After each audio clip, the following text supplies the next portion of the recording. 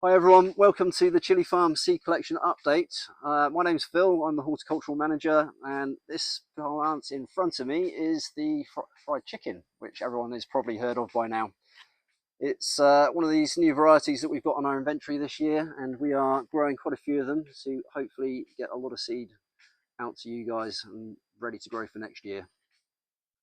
So as well as making sure all our plants are as they should be before we collect fruit, we also need to make sure nothing is being pollinated and cross-pollinated. So that's one of the reasons why we plant in the big blocks of 12. We have solid blocks where we know plants aren't sort of intermingling with each other, and we know the fruit in the center of these plants is not going to have cross-pollinated with anything else.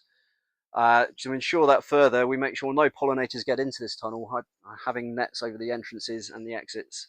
So there's no insect activity in this tunnel at all.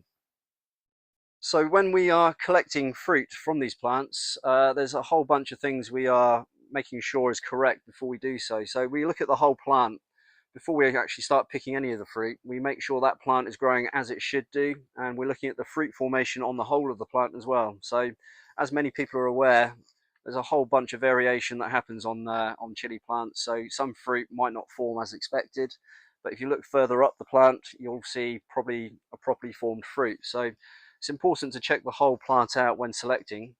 If there's any doubt over any of these sort of plants, then we won't collect any fruit from them. So if there's any sort of characteristic we're not sure of, it doesn't look quite right, then we won't sort of collect any fruit from that particular plant.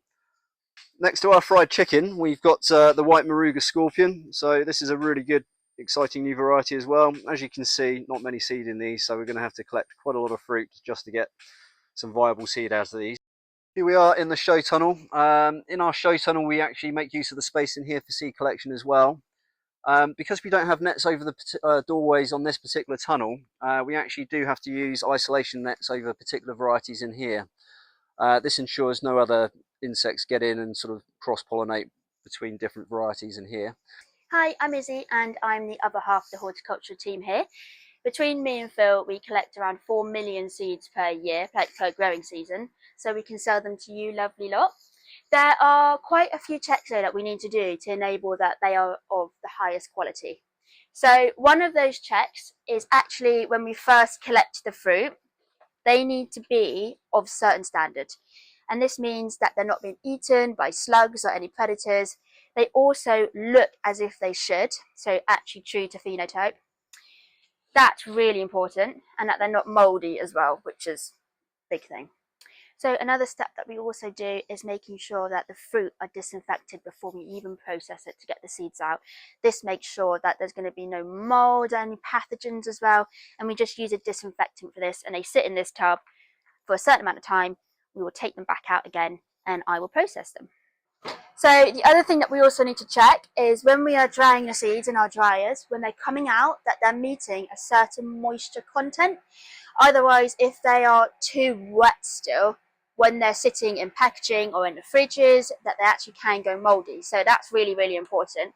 We actually use a piece of kit for this called a moisture meter, which is this here.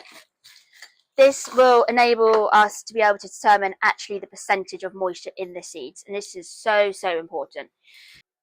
So after we have processed the seed, they actually end up in our fridges down here until they pass the germination testing, and then they'll go up to the warehouse to be packed. And as you can see, we've actually got a few new varieties already in here. So a really, really important step is germ testing, so germination testing. This will tell us how well these seeds are actually germinating as a percentage. They really do need to pass this at a high standard. So if they don't for some reason, we will retest that batch of seeds again. If they pass that time around, perfect, great. If they don't, then we do know there's an actual problem with that batch of seeds and they don't go to market. We keep them for ourselves and they will never be used by the public. If they have passed, they will go to be packed and be sold to you guys. Once they get sent up to the warehouse, the team put them into the individual packaging. And we store some in the warehouse for online orders, as well as stocking them in our farm shop as well, so anybody that wants to come and visit us and buy them in person can.